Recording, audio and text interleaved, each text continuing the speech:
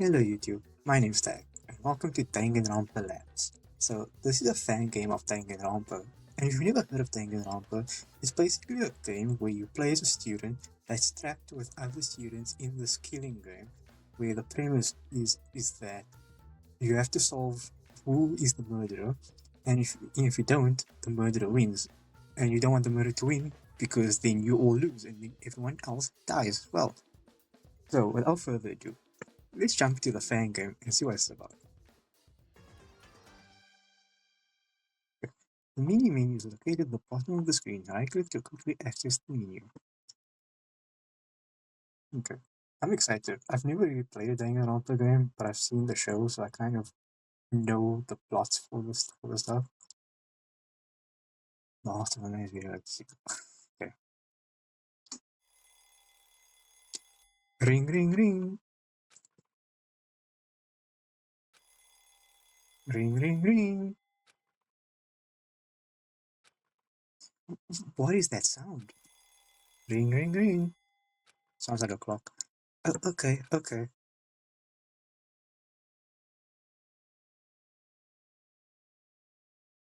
It's a nice looking room. It's like a hotel room. I opened my heavy eyelids to an unfamiliar room. Oh, guess I was asleep. But where am I? This isn't my room.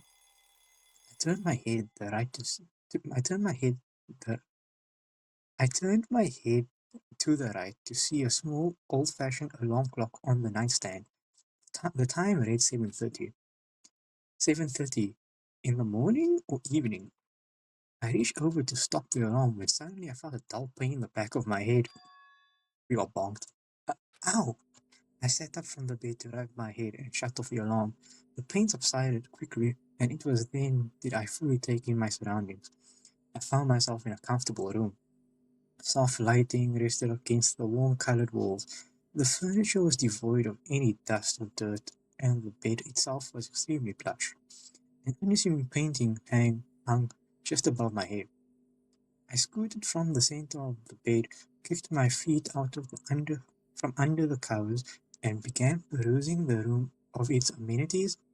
A roomy closet, a small writing desk in the corner of a single bathroom. It was all a rather luxurious room, without seeming overly elegant in its design. The room is comfortable enough, but how on earth did I get here? Am I imagining this? I hope I didn't hit my head. I went to the bathroom, turned the cold tap, and let my cupped hands fall with the crisp water before splashing my face. Okay, that's how we look.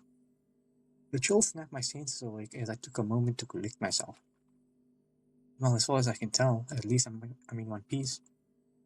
I noticed my everyday coat was on a hanger behind me. I pulled the coat on and adjusted myself.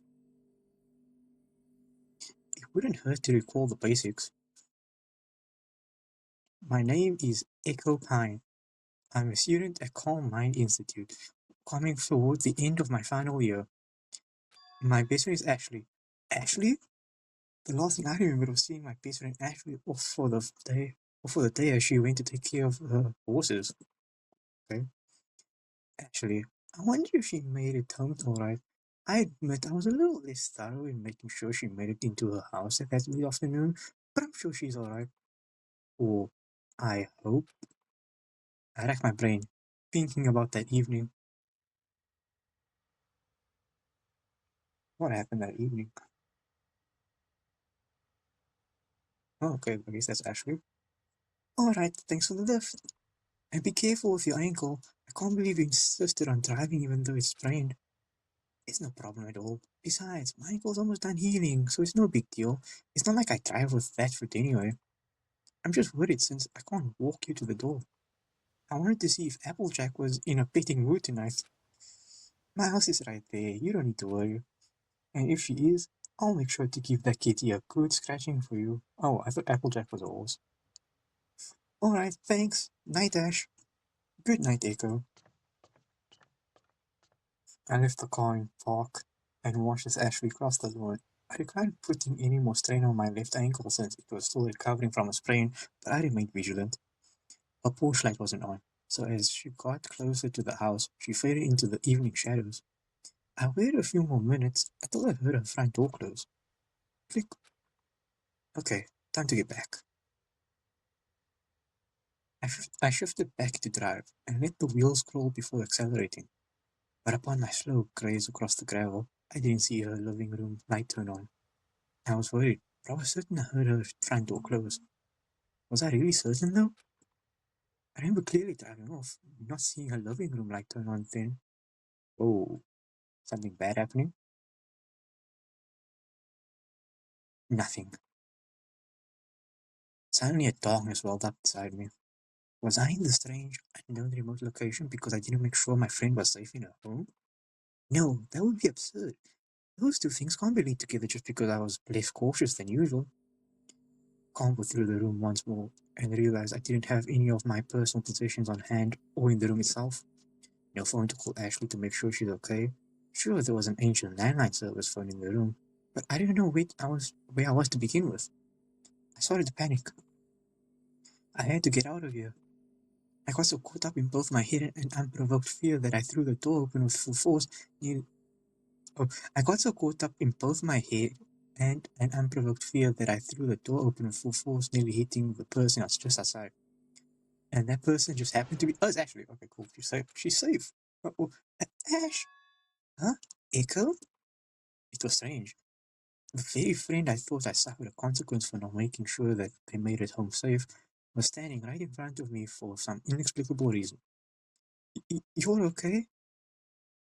Ashley Westbridge, a dear old friend of mine. She's what some people would call a horse girl, which seems like a vague thing to call someone who just happens to tend to equines. That irrelevant thought aside, I mean, I like horses, in case you don't know. Yeah, of course I'm okay. But what about you? You're pale as a ghost. I just got a little worked up is all. I woke up in this unknown place and I thought it was because I didn't see your lights go on in your house before I drove off. I rattled off the thoughts that stirred my fears just moments ago. Nico, it's okay. You don't have to worry about a thing. I made it home to take care of Hyperion all in one piece. I was just a little tired of it all, so I went straight to the stables behind the house and took the back door entrance. Sorry I worried you. Ashley wrapped me in a big familiar hug and I immediately felt calm. Thanks, Ash. I I know I shouldn't get so worked up about stuff like that, but sometimes I can't help it. I like how, looking at the background, you can see these doors have like symbols on them, so I'm assuming that's like how you identify with room it is. You know, one thought led to another, and I just jumped to the worst possible conclusion. Oh, Echo, you needn't fret so much. You'll make yourself sick with worry. However, I can totally understand where your worry might come from, especially in this scenario. Yeah, just where are we? Yes, that is the question. With my mind and my heart at ease, I discussed the situation with Ashley. I told her that I woke up not long ago thanks to the provided alarm clock, and her experience was just the same. She too felt the dull pain of a lingering headache upon awakening, and she too felt a brief moment of confusion due to the unknown setting. I couldn't find any of my possessions in my room. I tried to find my phone to call you, but no luck. I don't have anything of note in my room either. I don't have any of my things with me, like my satchel or phone. It's odd. Although there aren't any answers to the obvious questions like how did we get here, where are my things, etc. I strangely feel comfortable here. I think it might be the super plush bed. Not going to lie, I really like that back home. We laughed among ourselves and decided to explore what seemed to be some sort of mansion. I still felt uneasy, but thanks to seeing a familiar face, I felt a little safer. I closed my room door behind me, noticing there was a plaque that was adorned with the symbol of my high school. Looking further down the hall, the various other door plaques shared the same feature. I spotted Ashley's right away as well. It seems her room was just adjacent to mine across the hall. It looks like there are other students here as well. Other plaques with school emblems, I'm assuming. Seems that way. Although I haven't ran into anyone yet. Not literally like you, of course. Very funny. The whole interior was all very ornate, with dark wood lining the walls and candle cones lighting the paths. The dark wood floor was covered in a thick woven rug that created a path towards an opening in the hallway. I think I can hear some of the others down the hall. Ashley took the lead as we curiously walked through the hall, taking in the ambience as we gazed at the miscellaneous paintings of nature that hung on the wall. The sound of lively conversation grew louder as we approached the connecting room.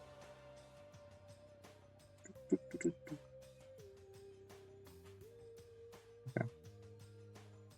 If I anything I'm like seeing Danganronpa and stuff, I'm gonna assume that Ashley's gonna be the first person that's gonna kill someone. I hope it's not true. I just hope so. Sure enough, there were only three other people having a lively chat in the foyer. Hey, you two! Good of you to make it! I was wondering how many other people were going to come around. You could just count how many doors of black there are in the living quarters hallway.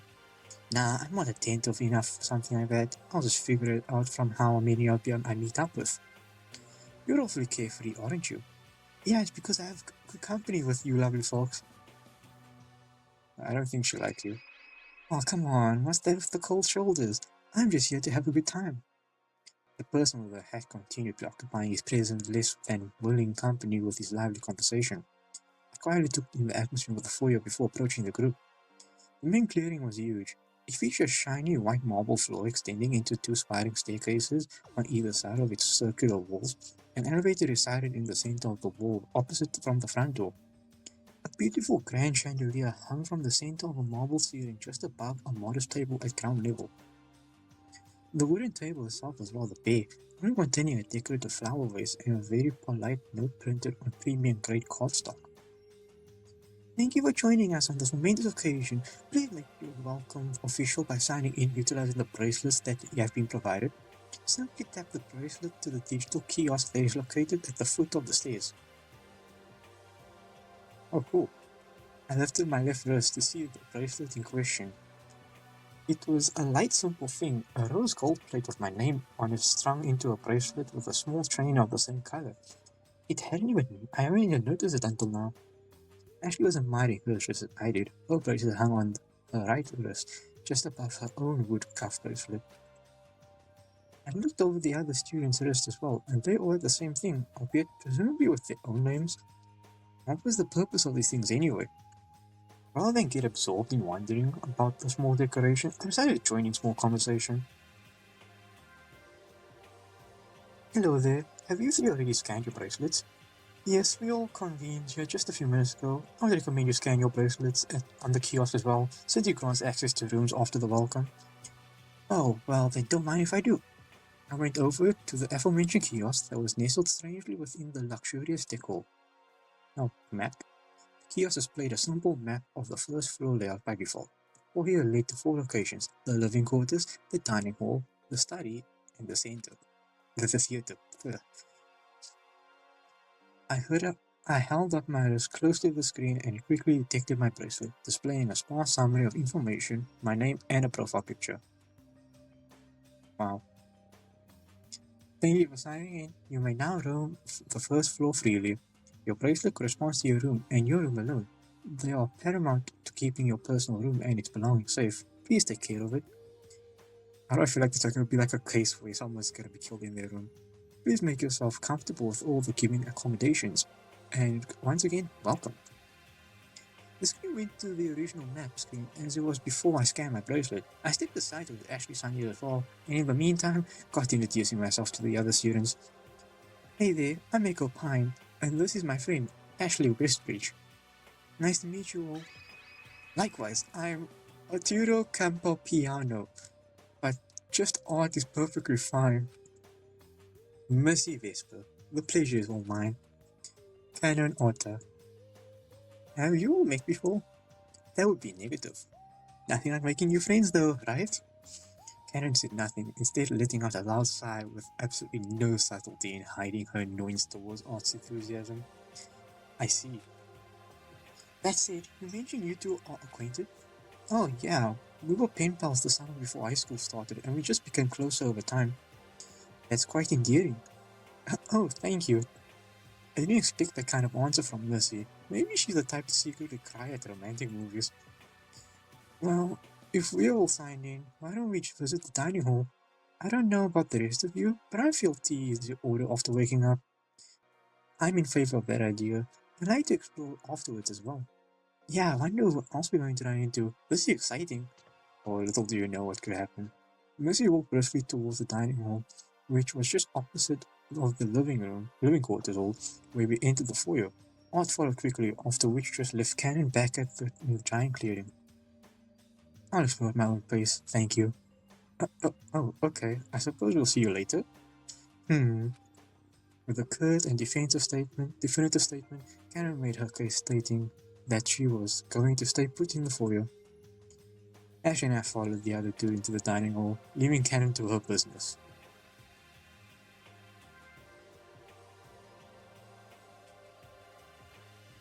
The dining hall was rather small and intimate. A single long woodcraft table and model chandelier created the centerpiece.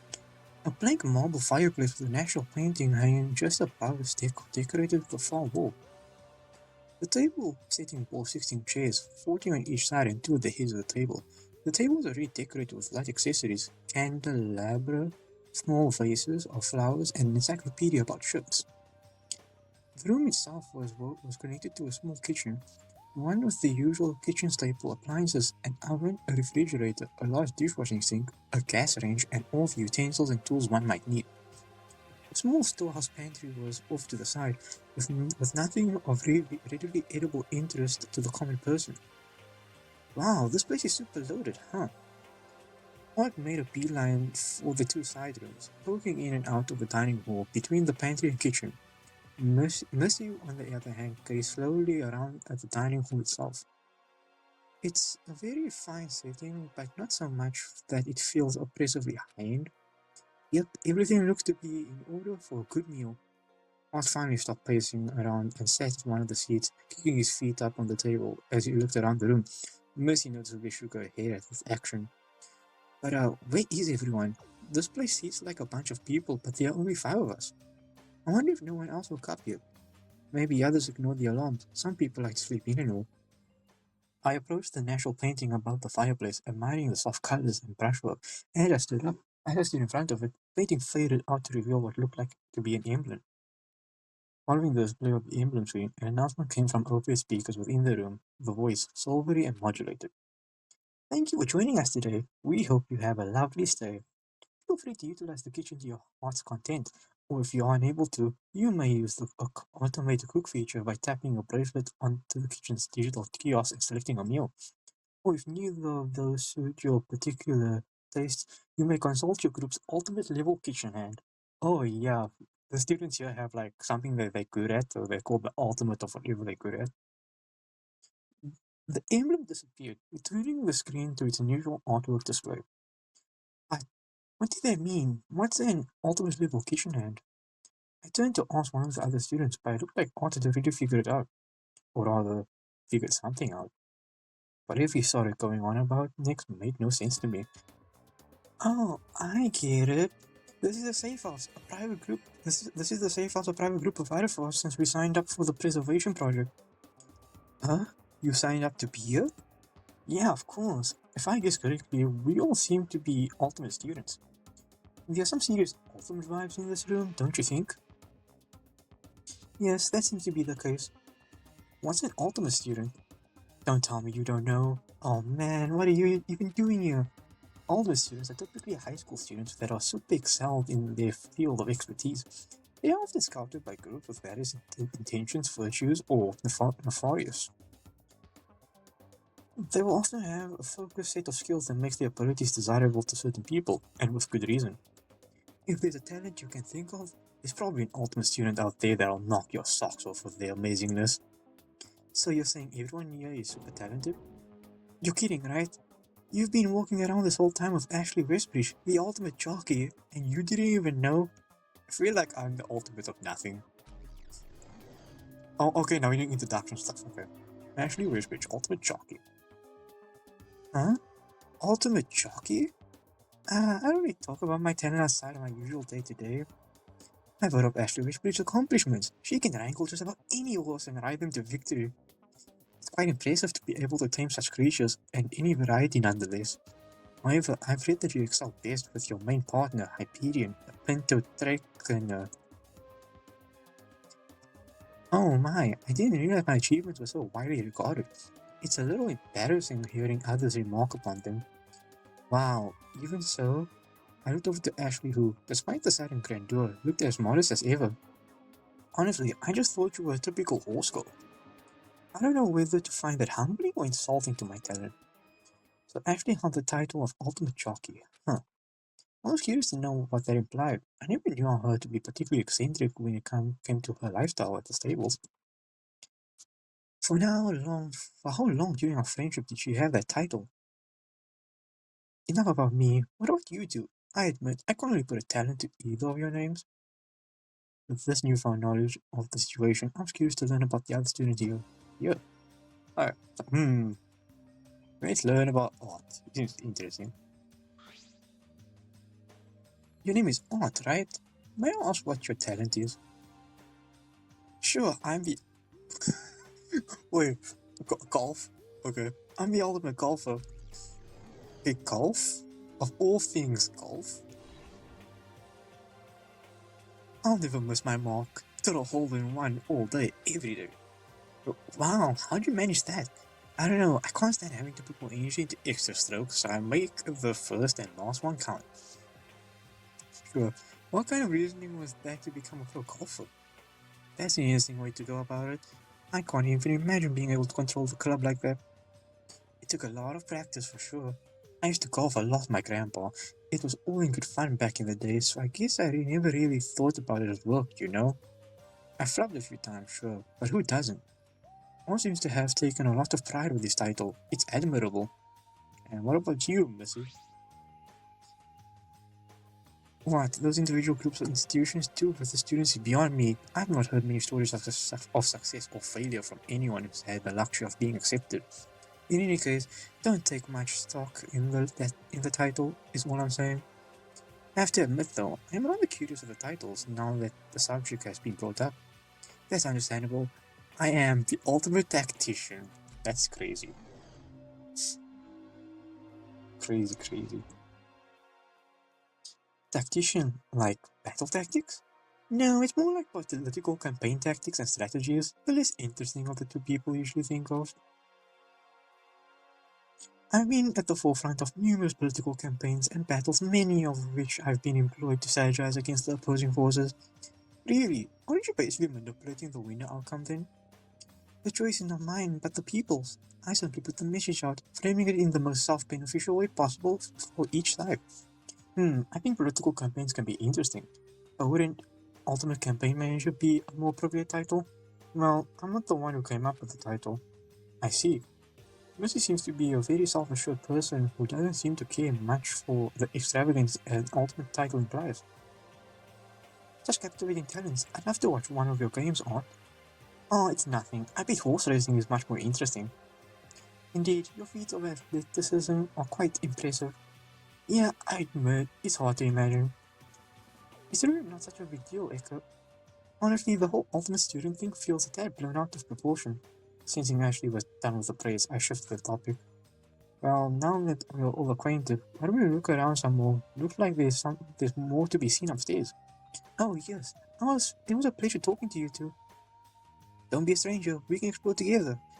Once echoing voice sounded through the dining hall. Oh man, the kitchen features are cool. What's this? Clunk. On second thought, I might keep an eye on Off for a little. I'm sure you won't mind the company. Alright, we'll see you around.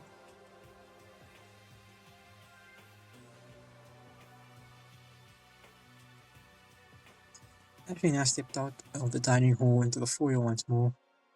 Karen didn't stay for long. The foyer was devoid of her presence. Where to? These are the stairs going up, but I think we should check out the entirety of the first floor. Of the floor first. I was thinking the same. Why don't you pick where we go next? Sure, the other locations are the study and the theater. Let's go to the theater. I like a theater. Let's go to the theater.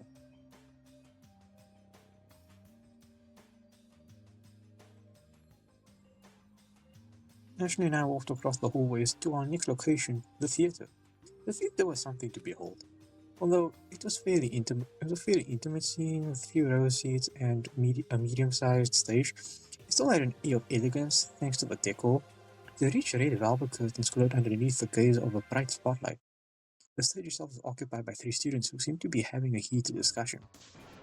Okay. You really want to stand by that theory? Hey, to each their own. I'm not knocking you for not thinking of the obvious. Let's settle down, please. Absolutely not. I have no intention of changing my view for the scoundrel. Jeez, scoundrel, that's cold. Especially to a stranger. You two don't need to go to get so heated about something like this. It's an important matter between two strongly opinionated people. So we agree on that matter. Maybe I should cut in. What's going on here? The three turned around, surprised, presumably from not being able to see me at the unit of foot of the stage. Did you ask such a foolish question? We are discussing the dire and apparently questionable existence of this. The white student crouched down to reveal a painting that was turned away from the audience. It was a framed picture of what looked like ink blot art. Great. I have no clue what that looks like. Oh, I see. You're trying to figure out what the painting is. Yes, and what did you see? I stared at her for a moment, but looked up at the two patiently, in all seriousness, waiting for my answer. I'll have to think about it. No immediate answer. I felt his judging eyes pierce my soul. It's a dog. Not everything has to be a dog. It's clearly an elephant. So, here's a different four-legged animal. This conversation seemed pretty heated. I might have better luck if I just talk to them individually. Oh, let's talk to the one that isn't arguing. You know, do we get to know them first? Or we approach the arguing? The girl who was caught up in the middle of the quarrel stepped down from the stage and left the other two to glare at each other in silence. Pandora Espera. Nice to meet you. Likewise, I'm Echo Pine. Echo Pine, I hope we get along. So, I was informed that this little group of students is composed of students that have ultimate talents. Did you happen to have a title of some sort? Oh yes, I am known as the Ultimate Baker. Okay. And yourself? About that, I don't seem to know. I don't think I have one if I'm being honest. That's no matter. It doesn't make you any more of a or less of a person. So, what do you think the painting is? I'm not really sure myself, but for something as ambiguous as that, it can be whatever the viewer wants it to be. Necessous. I suppose so. Perhaps it isn't the subject of the piece that is most important, but rather it is the emotions it conveys to the individual. Black and white are quite striking colors to work with, are they not? There's a lot of symbolism behind those two simple colors. But I can only wonder if the artist behind the piece enjoyed creating it. The art wouldn't have come to life otherwise, so I don't see why not. I agree. Pandora, she's such a warm presence. Okay, let's talk to the dark-haired student. I approached the student wearing the fur-lined jacket. So, about the painting, I think I do see the dog. You don't have to lie. I don't care about what it is, in fact. I don't even know what the painting is either, so I made something up. A dog is an easy thing to say. It's just a practice of pareidolia. Pareidolia? The act of perceiving of subject of significance where there is no meaningful interpretation, for example, seeing objects in clouds formations, or hearing indistinct voices and random noise. And in this case, seeing a dog in an abstract painting. Dogs are common enough for animals, yeah? Who doesn't like to think about dogs? I don't see a dog. I stared at the painting a little bit longer. The more I looked at it, the more I walled into being what he said it was, even if he did make it up. Despite being told what the subject was, I couldn't make out anything within the shapes. Isn't it a little cruel to make something up when he's so intense about it? I just wanted him to explain why he saw what he did, but he truly wouldn't. So much for friendly discussion. To each their own, I suppose. Well, anyway, I'm just going around meeting everyone. I would tell you my talent if I had one. Talentless. You don't have an ultimate title? Or you can't remember? He seemed to be muttering under his breath about my last statement, but I paid him no mind and waited for his response. I'm Lyle Terminer, the ultimate puzzle master, a connoisseur of world puzzles, block puzzles, escape room puzzles, the like. Right, someone that can solve stuff. Unless they immediately get bonked. Now, if you don't mind, Val turned back to the painting in their conversation abruptly. Puzzled, huh? Maybe he was trying to unscramble the shapes in the painting. And lastly, just this guy. I visited the white-haired student on the stage. So, about the painting, I think I do see the elephant. No need to feign understanding. I am quite self-assured that the painter's intention was to illustrate an elephant as abstract as it appears. Uh-huh. I stared at the painting a little bit longer. The more I looked at it, the more I rolled it into being what it claimed was the true subject. Despite being told what the subject was, I couldn't make out anything within the shapes. So, do you have an eye for this kind of thing? An eye for abstract art? Hey man, my friend, I'm not an ultimate artist. I'm the ultimate opera singer. Whoa. Okay, you have to. He rambled on about something a bit further before stopping himself. Right. But where my man is. Forte solo. Charmed, I'm sure. Wow.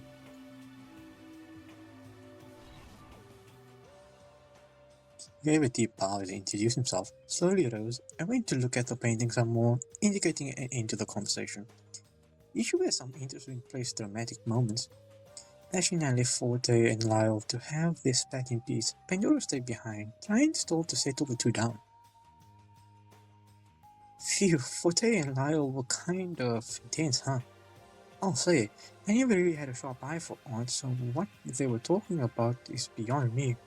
And Pandora is brave for trying to calm them down. It takes a certain kind of person to want to intervene when things get heated, huh? Let's go to the study next. Let's meet the last set of characters. The study was cramped. Encyclopedias that filled the ceiling covered an abundance of subjects ranging everywhere from medical to athletic. There was a small office corner provided for studying the tools in relative ease. Another digital kiosk stood up to the side, showing a searchable list of books in the study. I actually observed the kiosk curiously as I gawked into the variety of reading material stuffed in the shelves. Oh wow, the Equestrian Encyclopedia was published only 2 years ago. I have an old version, so this could be really interesting. You would be excited about that. What? Now that you know I'm the ultimate jockey, it all makes sense. No, you're still the same old horse girl I know, but with a fancy title. There were two other students taking residence in the library, one meekly hiding in the corner, and the other calmly leafing through their book of choice. Now, let's talk to the meek person first. I approached the meek student standing in one of the darker corners of the study. Hey there. Eep! Sorry to spook you. I was just going around meeting everyone. I'm Miko Pine. I was dragged out of my room by the guy over there. He's evil. I peered over at the aforementioned person who just looked at me to be calmly expecting the rows of books. Ugh, fine, he didn't drag me out. I ran into him when I was wandering around. I just wanted to be alone in the study. She shot me a troubled glance after admitting her lie. Can you tell me about yourself? Me, I'm Seikono. I'm a watchmaker. The ultimate watchmaker? Wouldn't you, would you then by chance be called the ultimate watchmaker? I guess you could say that. I just tinker with watches and stuff. They go for really high prices apparently, but I don't particularly care for the money. Okay, a lot of weird ultimate skills. Someone once offered me 3 luxury cars for a single watch. You must have some very well admired craftsmanship. I guess so, but I can't even drive. What was I going to do with 3 cars? She clammed up and awkwardly turned back around to face the bookshelf corner. I didn't want to pry, so I just left her alone. Okay, let's talk to this guy. The green student noticed me approaching him and deftly flipped his book shut with one hand, giving me his full attention. Good morning. I immediately felt that attention being near palpable from his focused gaze alone. Are you finding everything alright? The study has quite a pleasant atmosphere, wouldn't you agree? Oh, yes. I'm very well accommodated. The study as well as the rest of the facility are all nicely prepared. Indeed, you could spend days in this well-kept study enriching your mind in regards to whatever subject your heart desires. Does that sound like an inviting prospect? I don't see why not. a location for ultimate students should be in peak condition, right? This preservation project situation seems to be a cup for comfort. So if you made aware of the preservation project, he hesitated, as if chewing meticulously on his next statement. Do you have an ultimate talent? If I'm being honest, I'm not sure I even know what my talent is, considering that the situation seems to revolve around it. Everyone I've met so far has some kind of talent, of title. I admire your candor, who knows? You might have some innate skills that you personally think are average. You think so? I feel pretty ordinary, and I've never really been the center of mass attention for anything in particular. This skill might just require a specific habit, so to speak. Luckily, this appears to be the ideal place and social environment for expanding upon such hidden abilities. However, I wouldn't worry much about it. Whatever underlying passion or talent you have is for you, and you alone to enjoy. That's reassuring. I feel like I've stumbled into something out of my league with so many skilled students.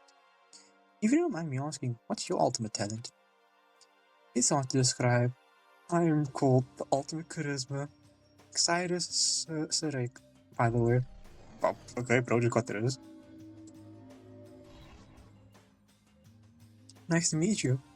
Back at you. A pleasure.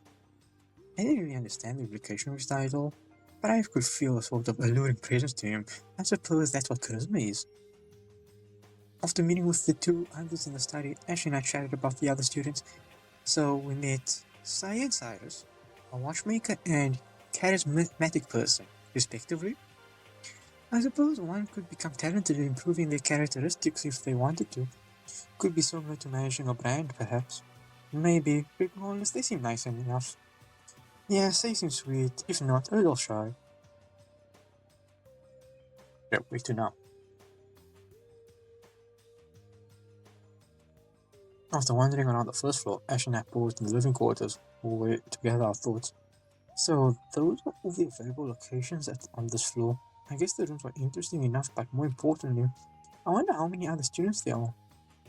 That other student from earlier, Cannon, just counted the doors, right? Why don't we go check it out?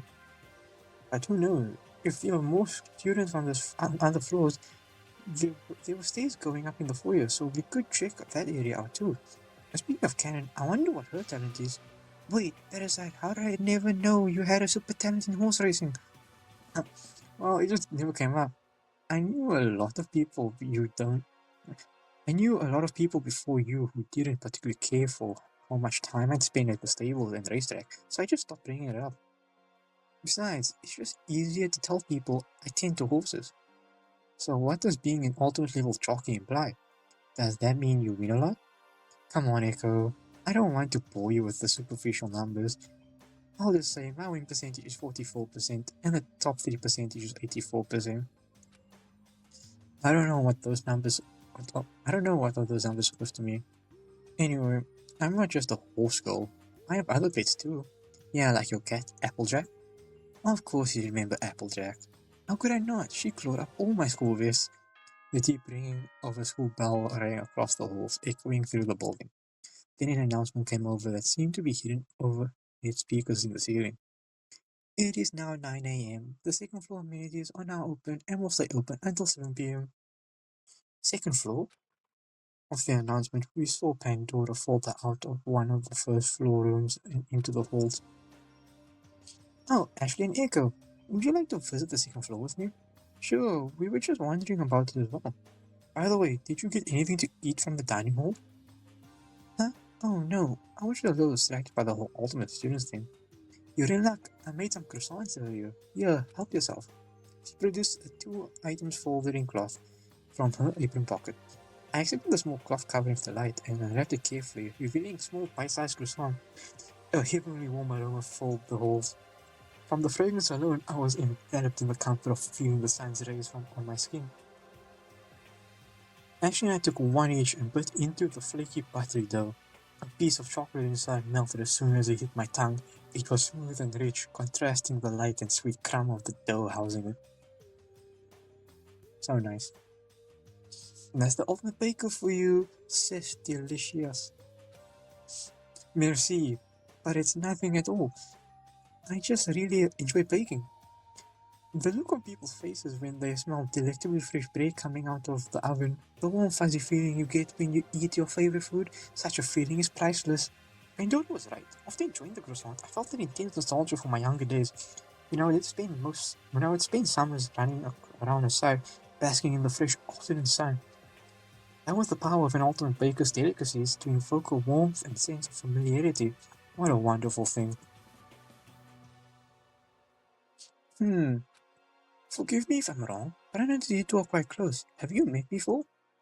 Ika's my best friend. We've known each other for 4 years now. Ah, Sestress Mimi. A long friendship is something to cherish.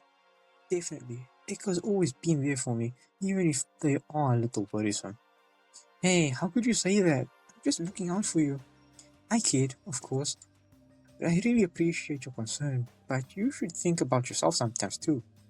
Pandora smiled sweetly as we had our little back and forth. Sorry, why don't we get going? No worries, shall we?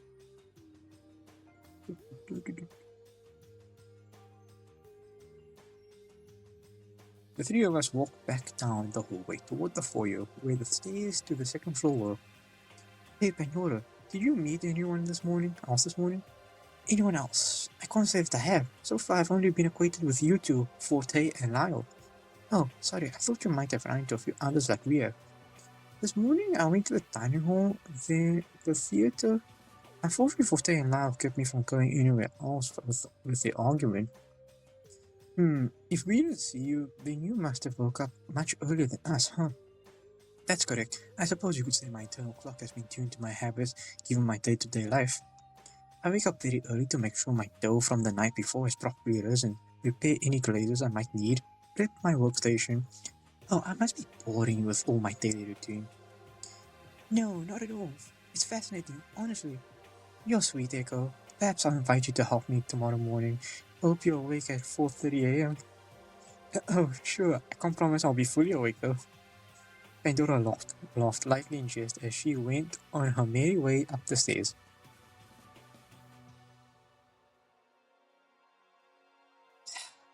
I really wonder who's going to be the first one to go down.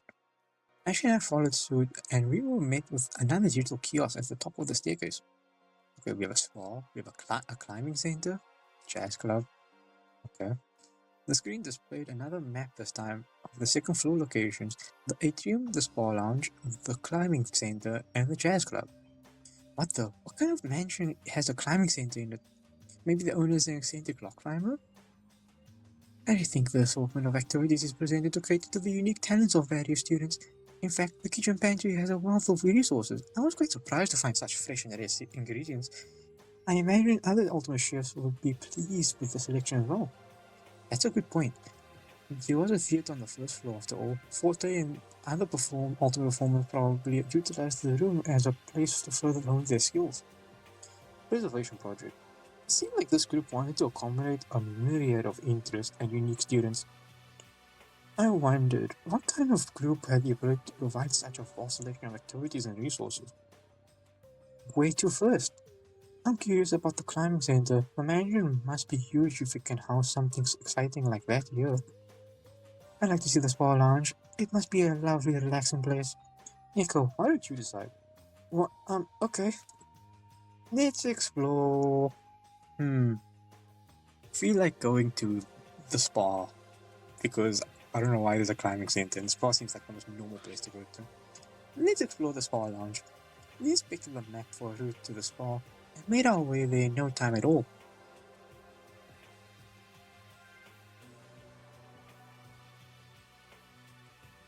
The spa lounge was serene and welcoming. A shallow pool was laid into the marble floor. A mesmerizing opalescent ceiling mirrored the pool above it. Several simple relaxation lounges lined the walls up for general leisure. Off to the side was a storeroom stocked with a perfume inventory of scented oils, bath soaks, and skincare products. Just by the storeroom doorway sat a familiar kiosk. Ah, I'd love to spend some time here. Pandora sat in one of the lounge chairs, stretching her arms above her head before relaxing her hands on her lap. But now that I think about it, are facilities like this meant to be self-run by the residing students? Pandora brought up an interesting observation. The kitchen offered fully automated meals, but they still provided the option of having the student utilize the kitchen and tools. Peeking into the storeroom, I saw a separate hallway of individual private rooms, labeled for certain services, facial, massage, aromatherapy. Hey, you might be right. You know, all these little specialized rooms with all sorts of specific equipment. If you consider my talent and arts, there might be a racetrack or golf course outside, along with other outdoor recreation talents like angling or skiing. Perhaps that would be a very exciting prospect. That could mean all the other facilities and activities I featured that are tailored accordingly to certain talents. Yeah, just from a glance, I figured the study was just a library, but I suppose there are resources there as well that are further for talents that require research or writing. Do you think such an extraordinary place existed to benefit the many pursuits of equally extraordinary people? Oh, bro, you don't know. So, do either of you do anything special to train for being an ultimate student? Je ne pense pas. Although some could say I bake too much, I simply suspect my pastries have ended up in the right hands for me to be considered. I don't really do anything special either. I also race quite a bit, but most of my time is spent plainly practicing, like Pandora. There may have been a scout in the audience, I honestly couldn't say. I see, just putting in the hours, so to speak, huh? Perhaps we were just lucky enough to have been selected for this opportunity to meet others cut of the same cloth, right? I couldn't agree more. I'm very charmed to be in such delightful company. Neither of them seem to be doing anything particularly intensive to earn that title. I wonder about the others, whether or not they also were trained, or if they too were just lucky enough to be selected. After taking a beat to relax in the spa lounge, we made our way to the climbing center next. Are we gonna meet anyone new? The climbing center was a vibrant, spacious place. Artificial rock and arch formations that carved the walls reached upwards of what looked to be 3 stories high toward a bright, naturally lit ceiling. Off to the side was a preparation locker full of ropes and harnesses, as well as a small vending machine full of energy drinks and water bottles. Whoa, this place is huge. I can't imagine how anyone gets up there. I craned my neck up, inspecting the array of colorful grips that dot the sprawling ascending surface. The hanging ropes disappeared into the distance of the light. The world is certainly full of interesting people and talents. Where there's a will, there's a way. Pandora pokes out from under one of the arch formation, just as taken with incredible height as well as I was. That's for sure. I'm an athlete, but I can't say I excel here. I don't really have a good tolerance for heights. If you don't mind me my asking, how did you two discover your talents anyway? Ashley pondered the question for a second. I was raised in the countryside on a farm, so it probably came to me like second nature.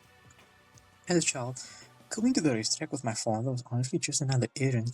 That is, until he let me ride the horses myself, I felt a love for the exhilarating competition at that point. I was homeschooled by my mothers, one a teacher and one a prolific baker. They taught me everything I know about baking, how to cherish the enjoyment people felt when tasting my baked goods. Eventually, I too felt that love for the task at hand. Wow, you two are truly incredible. Echo, you're an incredible person too. Don't let labels deter you from speaking to us as anything but your peers. Huh, I don't know about all that. Yeah, Echo, don't think too much about the title stuff. We're still people, you know? Don't think too much about the title stuff. Such a remarkable feat would be difficult to put aside. They were so humble when talking about their ultimate talents. I wondered if I could ever measure up.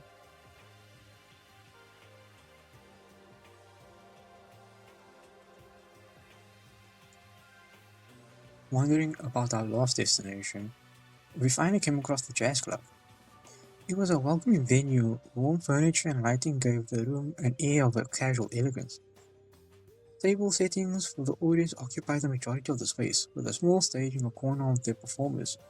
The close proximity between the two made the scene that much more intimate. A small green room was behind the stage curtains, and connected to it was the equipment and instrument storage. A bar opposite the stage had shelves upon shelves of beverages locked behind a sturdy glass case. Pretty glossy atmosphere, huh?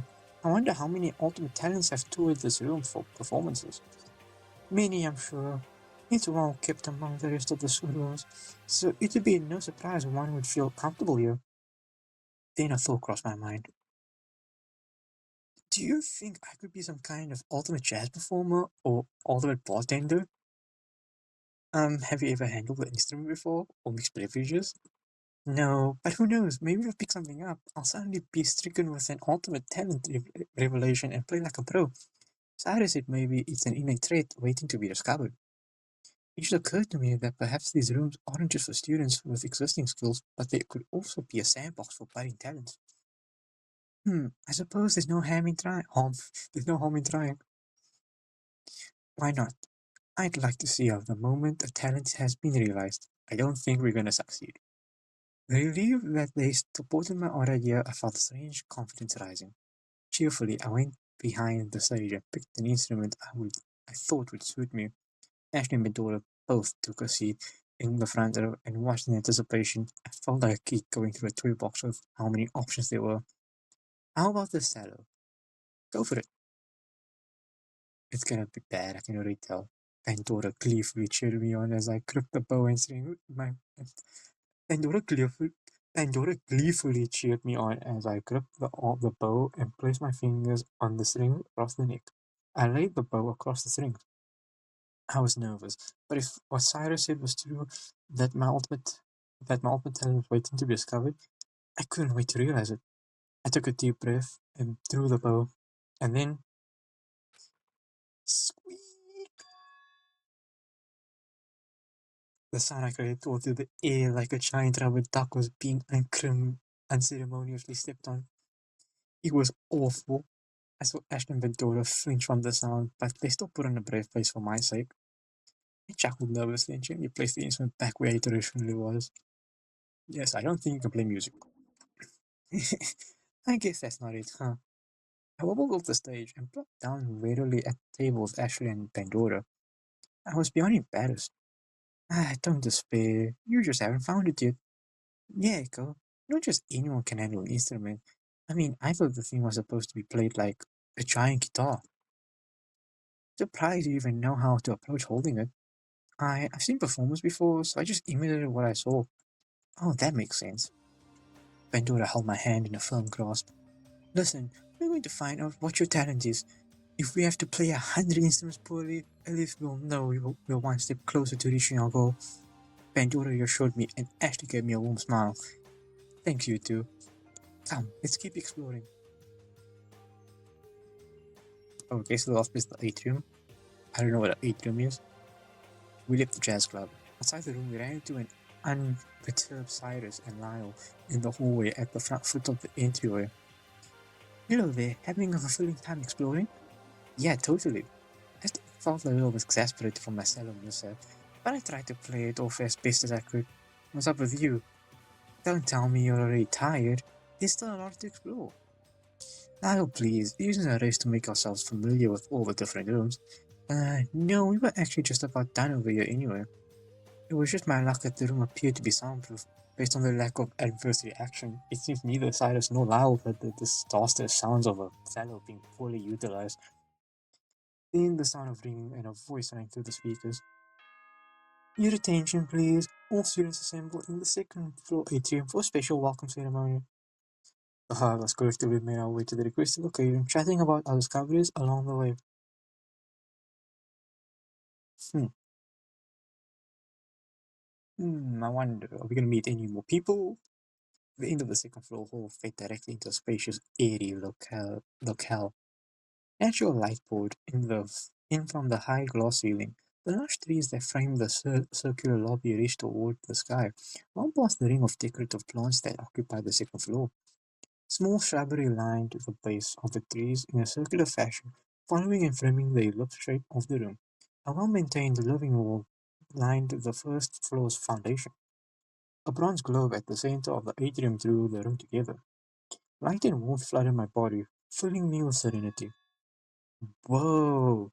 Familiar, excitable voice cut through the air, disturbing that serenity. Check this place out! Dang, wouldn't it be awesome if they had a mini golf setup in here? How cute would that be? Plenty cute. Yeah, sure, whatever. Odd and Mercy entered the atrium from the foyer stairway entrance. I was surprised to see Mercy still hanging with Odd along with the Hermit Say trailing behind him no less. Slowly, our populace gathered in the center of the atrium hall. Cannon and Forte leisurely made their way in much later than the rest of us, but arrived regardless. I saw all the students I'd previously met, but afterwards no one else came. So, wait, there's no one else? Kind of tiny class, huh? So wait, this is everyone? There were 10 of us, including myself. Art whispered the same observation I made. Well, it was true that our class was rather small, but were we really going to be doing any learning here? I conceded, my calling a group of students a class was only appropriate. A hologram view was presented from the centerpiece globe. A familiar voice came in from the overhead speakers. It was the same announcer from earlier in the dining hall. This is a special announcement indicating the welcome of all present students. The Preservation Project would like to humbly welcome you all to your provided safe house.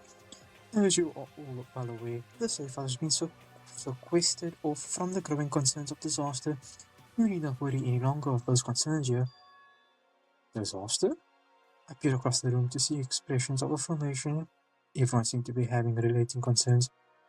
I knit my brow. As Ultimate students, we provided you with the best amenities and environments to most efficiently cultivate your skills and talents in utter safety.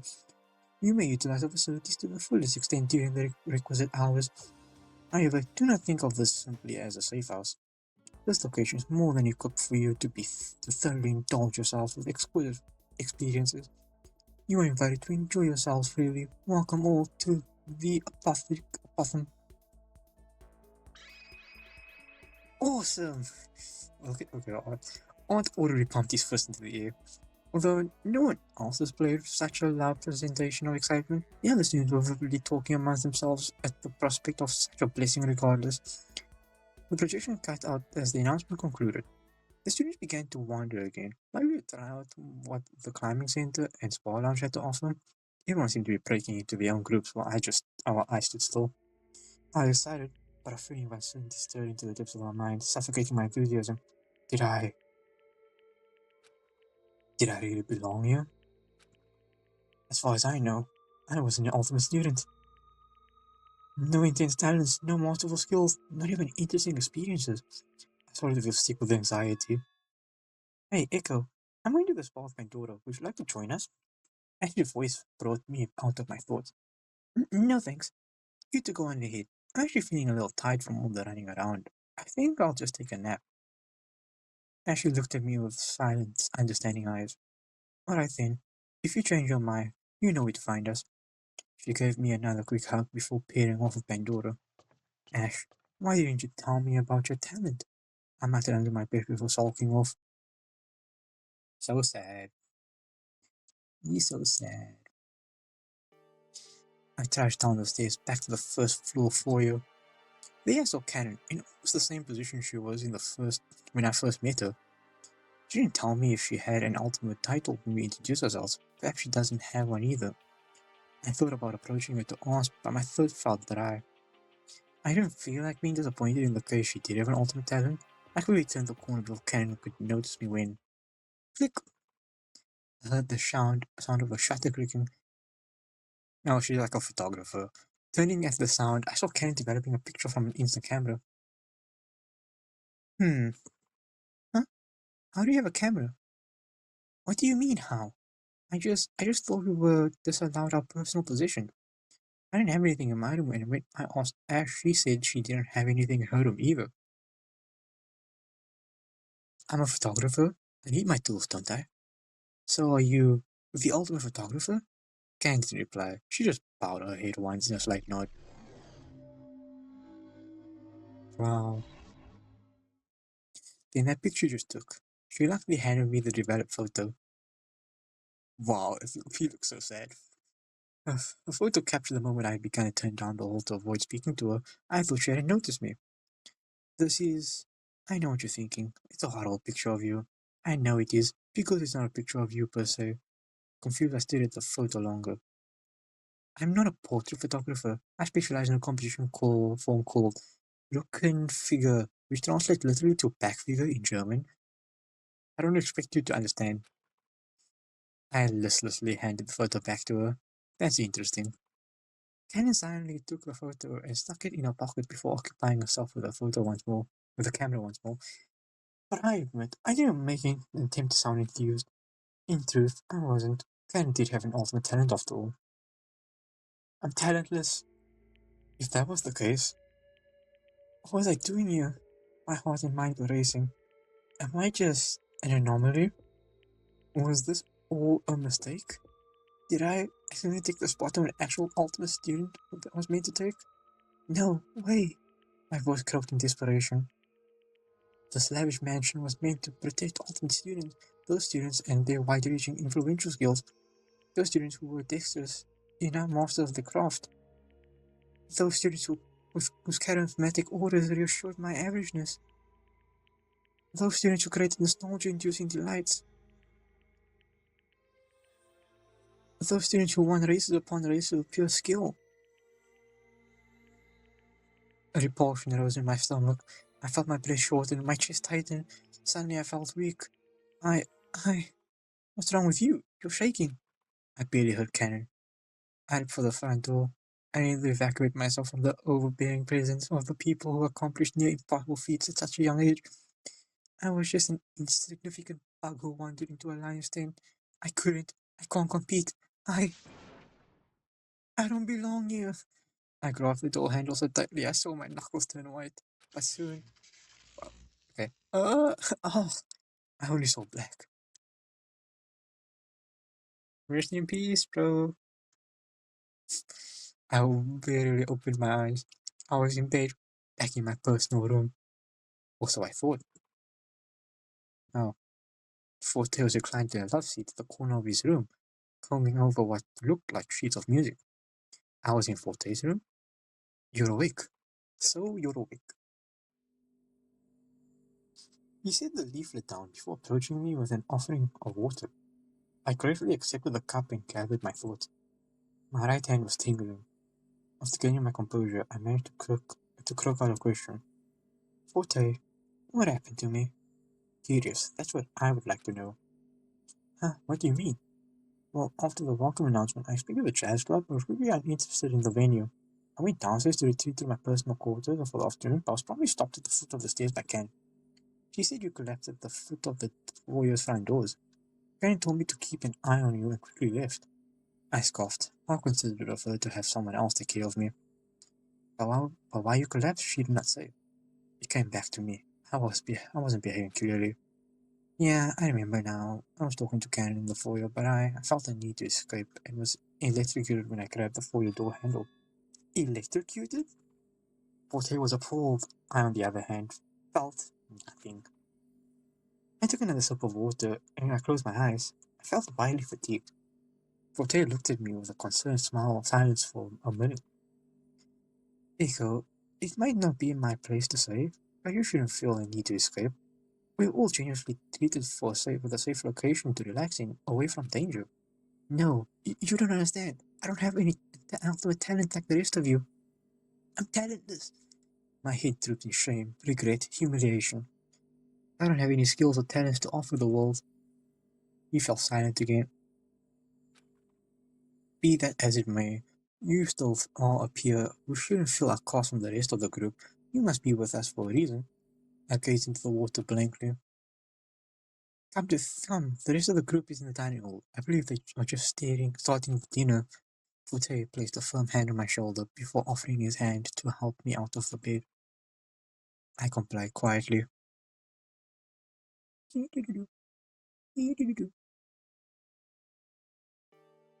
dining hall was fully occupied by our small class. Hey, there you are.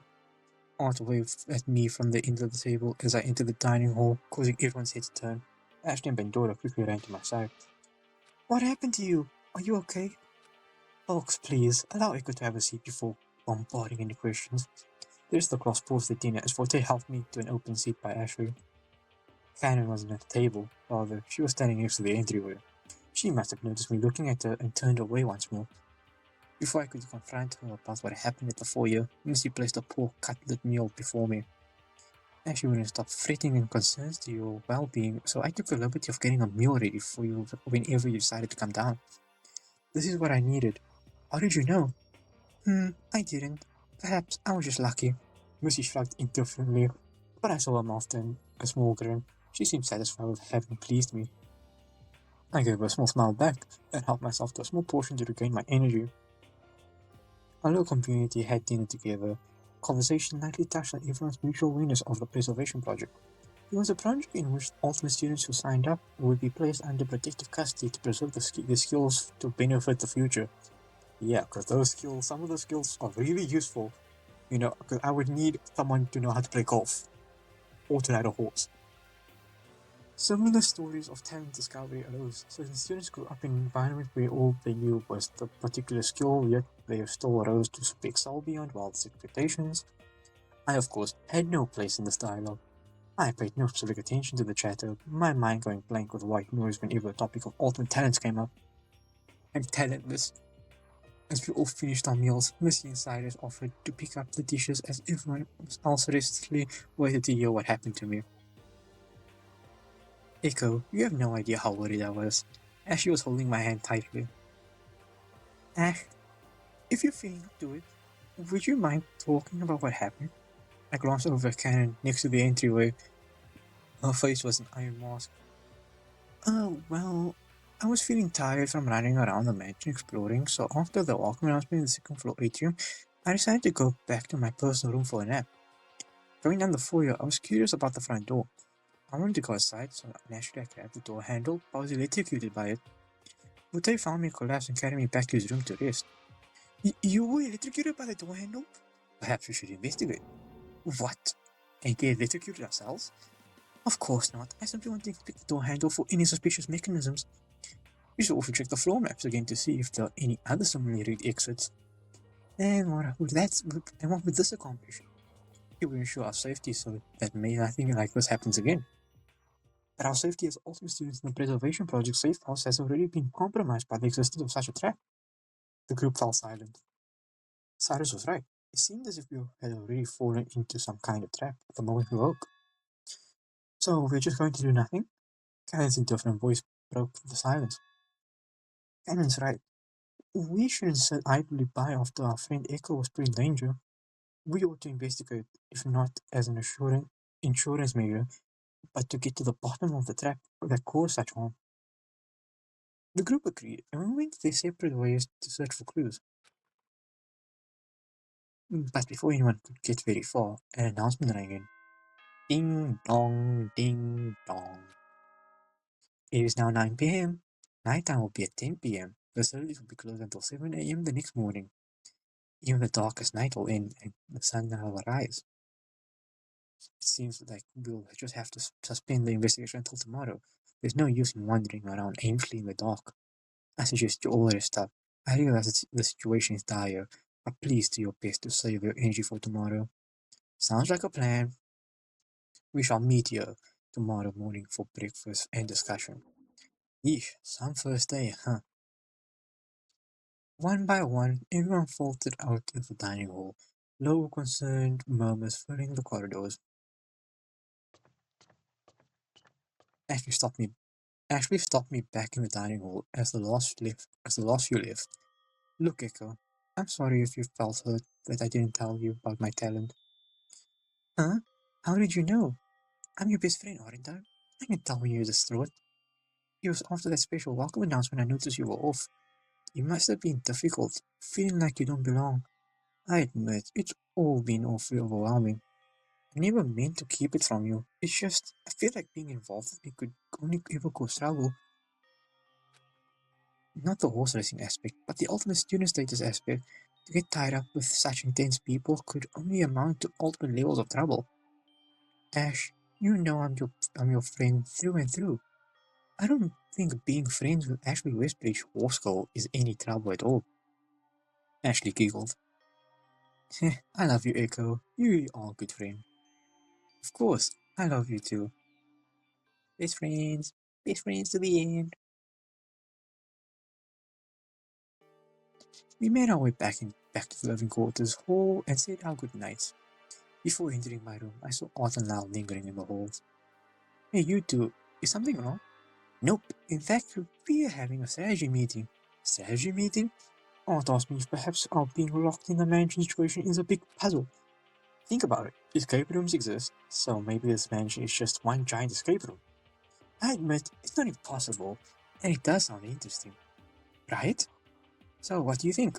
I'm not sure yet. I have a feeling it's some convoluted ARG scheme. ARG? Alternate reality game? It's a type of game that is interacted with through different media experiences, whether it be online or in real person. Class range from decrypting audio logs on a website to doing something odd like cleaning up local cemeteries. I see, given those examples, it's plausible that diffuse and electrocuting door could be added to the list of tasks, right? No, they're typically employed to the public to boost attention for a product. What the product is in our scenario, I'm not certain. And if this is an ARG, there must be a puppet master that's setting these things up, much like an escape room's game master. An escape room and ARG sound pretty similar in terms of involvement and puzzle solving. I suppose they're not entirely different entities. Wow, you got it all figured out already. Heh, this is all my strong suit. I said good night and left Art and Lyle to conclude their strategy meeting as I returned to my personal room.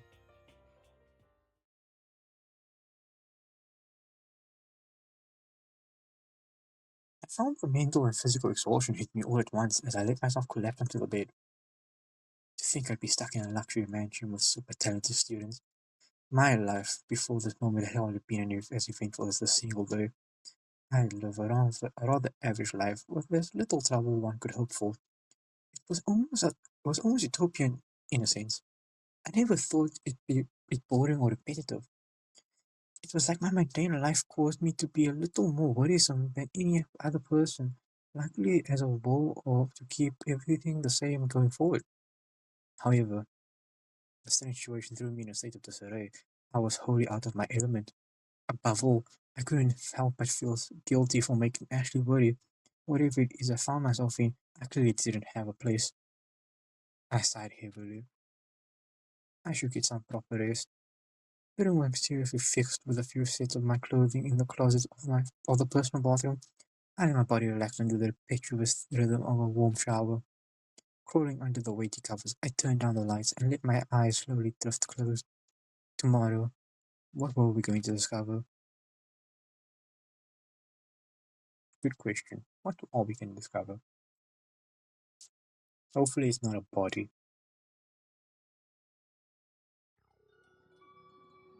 What's in the prologue? What's in the middle? Oh, is this like? Oh, okay. Well, I guess that was only like what they would call the prologue or whatever. So I'm gonna end off the video here. Hope you guys enjoyed, and I'll see you all in the next video. Goodbye.